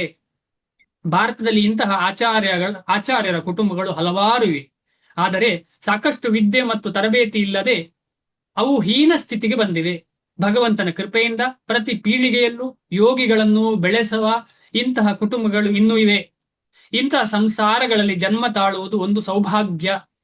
ನಮ್ಮ ಗುರುಗಳಾದ ಯಾರು ಶ್ರೀಲ ಪ್ರಭುಪಾದರು ಹೇಳ್ತಾ ಇರುವಂತದ್ದು, ಓಂ ವಿಷ್ಣುಪಾದ ಶ್ರೀ ಶ್ರೀಮದ್ ಭಕ್ತಿ ಸಿದ್ಧಾಂತ ಸರಸ್ವತಿ ಗೋಸ್ವಾಮಿ ಮಹಾರಾಜರು ಮತ್ತು ನಾವು ಇಬ್ಬರೂ, ಅಂದ್ರೆ ಅವರ ಗುರುಗಳು ಅವರು ಇಬ್ಬರೂ ಭಗವಂತನ ಕೃಪೆಯಿಂದ ಇಂತಹ ಕುಟುಂಬಗಳಲ್ಲಿ ಹುಟ್ಟುವ ಭಾಗ್ಯವನ್ನು ಪಡೆದಿದ್ದೆವು. ಮತ್ತು ಇಬ್ಬರೂ ನಮ್ಮ ಬಾಳಿನ ಪ್ರಾರಂಭದಿಂದಲೇ ಭಗವಂತನ ಭಕ್ತಿಪೂರ್ವಕ ಸೇವೆಯಲ್ಲಿ ಶಿಕ್ಷಣವನ್ನು ಪಡೆದೆವು. ಮುಂದೆ ಆಧ್ಯಾತ್ಮಿಕ ವ್ಯವಸ್ಥೆಯಲ್ಲಿ ನಾವು ಸಂಧಿಸಿದೆವು. ನೋಡಿ, ಶ್ರೀಲ ಪ್ರಭುಪಾದರು ಮತ್ತು ಅವರ ಗುರುಗಳ ಬಗ್ಗೆ ಅವರು ಹೇಳ್ತಿದ್ದಾರೆ. ಅವರಿಬ್ಬರು ಕೂಡ ಎಲ್ಲಿ ಹುಟ್ಟಿದ್ದಾರೆ, ಎಲ್ಲಿ ಜನ್ಮ ಆಗಿದೆ ಅಂತ ಹೇಳ್ತಿದ್ದಾರೆ. ಅವರಿಬ್ಬರು ಕೂಡ ವೈಷ್ಣವ ಕುಟುಂಬದಲ್ಲಿ ಜನ್ಮ ಸಿಕ್ಕಿ, ಅವರ ಅಪ್ಪಂದಿರು, ಅಪ್ಪ ಅಂದ್ರೆ ಇಬ್ಬರಿಗೆ ಹೇಳುವಾಗ ಅವರ ಅಪ್ಪ ಅಮ್ಮ ಎಲ್ಲರೂ ವೈಷ್ಣವ ರೀತಿಯಲ್ಲಿ ಜೀವನ ಸಾಗಿಸಿ ಮಕ್ಕಳಿಗೆ ಕೂಡ ಅದನ್ನೇ ಕೊಟ್ಟ ಕಾರಣ ಸಿಕ್ಕಿತು ಅಂತ ಹೇಳ್ತಾ ಇದ್ದಾರೆ ಶ್ರೀಲ ಪ್ರಭುಪಾದ. ಏನೇ ಇರಲಿ, ಅವರ ಒಂದು ಏನು ಹೇಳ್ಬೋದು, ಅಷ್ಟು ಕೆಳಗೆ ಬಂದು ಹೇಳ್ತಾ ಇರುವಂತ ವಿಷಯ ಅದು. ಶ್ರೀಲ ಪ್ರಭುಪಾದರಾಗ್ಲಿ ಎಲ್ಲರಾಗ್ಲಿ, ಯಾಕಂದ್ರೆ ಇವರೆಲ್ಲ ಶುದ್ಧ ವೈಷ್ಣವರು, ಅವರು ಇದೇ ಕೈಂಕರ್ಯಕ್ಕೆ ಬಂದವರು.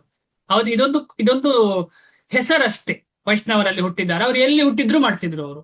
ಅಂತಹ ಮಹಾನ್ ವ್ಯಕ್ತಿತ್ವ ಅವರು. ಸೊ ಇಲ್ಲಿಗೆ ನಿಲ್ಸೋಣ. ತುಂಬಾ ಇಂಪಾರ್ಟೆಂಟ್ ಸಬ್ಜೆಕ್ಟ್ ಮ್ಯಾಟರ್ ನಾವು ಡಿಸ್ಕಷನ್ ಮಾಡ್ತಾ ಇರೋದು. ಯಾಕೆ ಅಂತ ಹೇಳಿದ್ರೆ, ಭಕ್ತಿಯ ತೀವ್ರತೆಯನ್ನ ಇನ್ನೂ ಜಾಸ್ತಿ ಮಾಡ್ಬೇಕಿದ್ರೆ ಈ ಶ್ಲೋಕವನ್ನ ನಾವು ಚೆನ್ನಾಗಿ ಅರ್ಥ ಮಾಡಬೇಕು. ರಿಸ್ಕ್ ಫ್ಯಾಕ್ಟರ್ ಏನೆಲ್ಲ ಇದೆ ಅಂತ ನಮಗೆ ಅರ್ಥ ಆಗ್ತದೆ. ಆ ರಿಸ್ಕ್ ಫ್ಯಾಕ್ಟರಿಂದ ಹೊರಗೆ ಬರ್ಲಿಕ್ಕೆ ಪ್ರಯತ್ನ. ಆಮೇಲೆ ನಮಗೆ ಸಿಕ್ಕಿದ ಒಂದು ಸೌಭಾಗ್ಯ, ಅದು ಸೌಭಾಗ್ಯ ಅಂತ ಹೇಳೋಕ್ಕಿಂತ ಕೃಷ್ಣನೇ ನಮ್ಮ ಜೀವನದಲ್ಲಿ ಬಂದಿದ್ದಾನೆ, ನಾವು ಕರೆಯದೆ ಬಂದಿದ್ದಾನೆ. ಆದ ಕಾರಣ ನಾವು ಇದನ್ನ ಬಿಡಬಾರ್ದು. ಯಾರೋ ಒಂದು ಹೇಳ್ತಾರೆ, ಒಂದು ಸಲ ಭಾಗ್ಯದ ಲಕ್ಷ್ಮಿ ತಾಯಿ ಭಾಗ್ಯ ಬಂದು ಡೋರು ಹೊಡಿತಾಳಂತೆ ಬೆಳಿಗ್ಗೆ. ಆಗ ಅಕಸ್ಮಾತ್ ಓಪನ್ ಮಾಡ್ಲಿಲ್ಲ ಅಂದ್ರೆ, ಸೂರ್ಯ ಬೆಳಗಾಗುವಾಗ ಓಪನ್ ಮಾಡ್ಲಿಲ್ಲ ಅಂದ್ರೆ ಅವಳು ಅಲ್ಲಿಂದ ಹೋಗ್ತಾಳೆ, ಅಲಕ್ಷ್ಮಿ ಬರ್ತಾಳೆ ಮತ್ತೆ ಅಂತ ಕೇಳ್ಪಟ್ಟಿರ್ತೀರಿ ನೀವು. ಅದೇ ರೀತಿಯಲ್ಲಿ ನಮಗೆಲ್ಲರಿಗೂ ನಾವು ಕರೆಯದೆ ಭಗವಂತ ನಮ್ಮ ಹೃದಯದಲ್ಲಿ ಬಂದು ನೆಲೆಸಿದ್ದಾನೆ. ಹರೇ ಕೃಷ್ಣ ನಮಗೆ ಬೇಕು ಅಂತ ಇದ್ರೂ ಕೂಡ ಅದು ಮುಂಚಿನ ಸಂಸ್ಕಾರದಿಂದ ಸ್ವಲ್ಪ ಇರ್ಬೋದು, ಆದ್ರೂ ಕೂಡ ಅಷ್ಟೇನು ಆಸಕ್ತಿ ಇರ್ಲಿಲ್ಲ. ಆದ ಕಾರಣ ನಮಗೆಲ್ಲರಿಗೂ ಇದು ನಮಗೆ ಒಲಿದು ಬಂದ ಭಾಗ್ಯ ತರ ಬಂದಿದೆ ಇದು. ಆದ ಕಾರಣ ಇದನ್ನು ನಾವು ಬಿಡ್ಲೇಬಾರ್ದು. ಇದನ್ನು ಗಟ್ಟಿಯಾಗಿ ಹಿಡಿದು ಇದರ ಸಾಧನೆಯನ್ನ ನಿತ್ಯವೂ ಬೆಳಿಗ್ಗೆ ಮಾಡಬೇಕು. ಆದ ಕಾರಣ ಯಾರಾದ್ರೂ ನಿಮ್ಮ ಸೀನಿಯರ್ಸ್ಗೆ ರಿಪೋರ್ಟ್ ಮಾಡ್ಲಿಲ್ಲ ಅಂದ್ರೆ ಖಂಡಿತವಾಗಿ ನೀವು ರಿಪೋರ್ಟ್ ಮಾಡಿ. ಯಾಕೆಂತ ಹೇಳಿದ್ರೆ ರಿಪೋರ್ಟ್ ಮಾಡಿದ್ರೆ ಇಂಪ್ರೂವ್ಮೆಂಟ್ ಖಂಡಿತ ಆಗ್ತದೆ. ಯಾಕೆಂದ್ರೆ ನಾನು ಪ್ರಾಕ್ಟಿಕಲ್ ಆಗಿ ನೋಡಿದ್ದು, ನನ್ನ ಜೀವನದಲ್ಲಿ ಅದೇ ಆಗಿದ್ದು. ಏನೋ ಸ್ವಲ್ಪ ಇಂಪ್ರೂವ್ಮೆಂಟ್ ಆಗಿದೆ ಅಂತ ಹೇಳಿದ್ರೆ ಅದರ ಕಾರಣ ನಮ್ಮ ಸೀನಿಯರ್ಸ್ಗೆ ನಾವು ರಿಪೋರ್ಟ್ ಮಾಡುವ ಕಾರಣ. ಇದರಲ್ಲಿ ಏನು ದೊಡ್ಡವರು ಚಿಕ್ಕವರೆಂಬ ಕನ್ಸೆಪ್ಟ್ ಇಲ್ಲ. ಇದರಲ್ಲಿ ರಿಪೋರ್ಟ್ ಯಾಕೆ ರಿಪೋರ್ಟ್ ಮಾಡೋದು ಅಂತ ಹೇಳಿದ್ರೆ, ಈಗ ನಾನು 6 ರೌಂಡ್ ಜಪ ಮಾಡ್ತೇನೆ ಅಂತ ಹೇಳಿದ್ರೆ ಅವರು ಪ್ರೇ ಮಾಡ್ತಾರೆ ಇನ್ನೂ ಸ್ವಲ್ಪ ಜಾಸ್ತಿ ಆಗ್ಲಿ ಅಂತ ಹೇಳಿ. ವೈಷ್ಣವರು ಏನ್ ಮಾಡ್ತಾರೆ, ಇನ್ನೂ ಜಾಸ್ತಿ ಆಗ್ಲಿ ಅಂತ ಹೇಳಿ ರಿಪೋರ್ಟ್ ಮಾಡೋ ಉದ್ದೇಶ ಅಷ್ಟೇ. ಎಲ್ಲರೂ ಭಾಗಿ ಆಗ್ತಾರೆ. ಈಗ ಉದಾಹರಣೆಗೆ ನಾವು ನಮ್ಮ ಗುರುಗಳಿಗೆ ಹೇಳಿದ್ರೆ ನನಗೆ ಏನು ಮಾಡ್ಲಿಕ್ಕೆ ಆಗ್ತಿಲ್ಲ, ನಾನು ಬರೀ 6 ರೌಂಡೇ ಮಾಡಿದ್ದೇನೆ ಅಂತ ಇಟ್ಕೊಳ್ಳುವ. ಆ ಗುರುಗಳಿಗೆ ಹೌದಾ, ಪರವಾಗಿಲ್ಲ, ಇನ್ನೂ ಜಾಸ್ತಿ ಮಾಡ್ಲಿಕ್ಕೆ ಆಗ್ಲಿ ಅಂತ ಹೇಳಿ ಮನಸ್ಸಲ್ಲಿ ಭಾವಿಸ್ತಾರೆ. ಹಾಗೇನಾಗ್ತದೆ, ನಮಗೆ ಆ ಒಂದು ಮನೋಬಲ ಸಿಗ್ತದೆ. ಆ ಮನೋಬಲ ಗೊತ್ತಿಲ್ಲದೆ ಸಿಗ್ತದೆ. ಇದಕ್ಕೆ ಅಜ್ಞಾತ ಸುಕೃತಿ ಅಂತ ಹೇಳ್ತಾರೆ. ನಮಗೆ ಗೊತ್ತಿರುದಿಲ್ಲ, ಈಗ ಹೇಳಿದ ಕಾರಣ ನಮಗೆ ಗೊತ್ತಾಯ್ತು. ಇದಕ್ಕೆ ಅಜ್ಞಾತ ಸುಕೃತಿ. ನಮ್ಮದು ಪ್ರೋಗ್ರೆಸ್ ಜಾಸ್ತಿ ಜಾಸ್ತಿ ಜಾಸ್ತಿ ಆಗ್ತಾ ಹೋಗ್ತದೆ. ಹಾಗೆ ಅಂತ ಹೇಳಿ ನಾವು ಅದರಲ್ಲಿ ಆಸಕ್ತಿ ತೋರಿಸದೆ ಸುಮ್ಮನೆ ಮಾಡುದಲ್ಲ, ಎರಡೂ ಬೆಳೀತದೆ. ಆಸಕ್ತಿಯೂ ಬೆಳೀತದೆ, ಆಮೇಲೆ ಸೀರಿಯಸ್ನೆಸ್ಸು ಆಗ್ತದೆ. ರಿಪೋರ್ಟ್ ಮಾಡುವಾಗ ಸೀರಿಯಸ್ನೆಸ್ ಬೆಳೀತದೆ. ಸೊ ಯಾರಿಗೂ ಪುಷ್ ಏನಲ್ಲ, ಬಟ್ ಇದಷ್ಟು ಇಂಪಾರ್ಟೆಂಟ್ ಆದ ಕಾರಣ ಹೇಳುವಂಥದ್ದು. ನಾವೆಲ್ಲ ಒಂದೇ ಜೋಡಿ, ಜೊತೆಯಲ್ಲೇ ಮುಂದೆ ಹೋಗೋಣ. ಆ ಜೊತೆಯಲ್ಲೇ ಮುಂದೆ ಹೋಗುವಾಗ ಆಗುವಂತಹ ಖುಷಿ ಬೇರೆ ಎಲ್ಲೂ ಇಲ್ಲ. ಅದಕ್ಕೋಸ್ಕರ ನಮ್ಮ ಈ ಹೋಲ್ ಕಾನ್ಸೆಪ್ಟ್ ಅನ್ನು ಏನ್ ಹೇಳ್ತಾರೆ, ಹೋಲ್ ಕಾನ್ಸೆಪ್ಟ್ ನಮ್ಮ ಭಕ್ತಿ ಪಂಥವನ್ನ ಏನ್ ಹೇಳ್ತಾರೆ?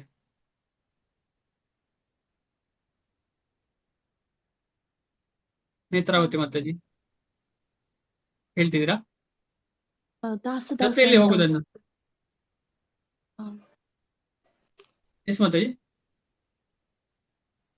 ಪ್ರಭು ದಾಸ ಅಂತ ನಮ್ ಹಾ, ಪರಂಪರೆ. ಅದು ಕರೆಕ್ಟ್. ಬಟ್ ಜೊತೆಯಲ್ಲಿ ಹೋಗುದನ್ನ ಏನ್ ಹೇಳ್ತಾರೆ? ಒಬ್ಬೊಬ್ಬರೇ ಅಲ್ಲ, ಜೊತೆಯಲ್ಲಿ ಮಾಡೋದು. ಸಹಯೋಗ. ರೂಪಿಣಿ ಮಾತಾಜಿ? ಸಾಧು ಸಂಘ. ಕರೆಕ್ಟ್. ಜೊತೆಯಲ್ಲಿ ಹೋಗುದು ಸಹಯೋಗನ ಪ್ರಭು.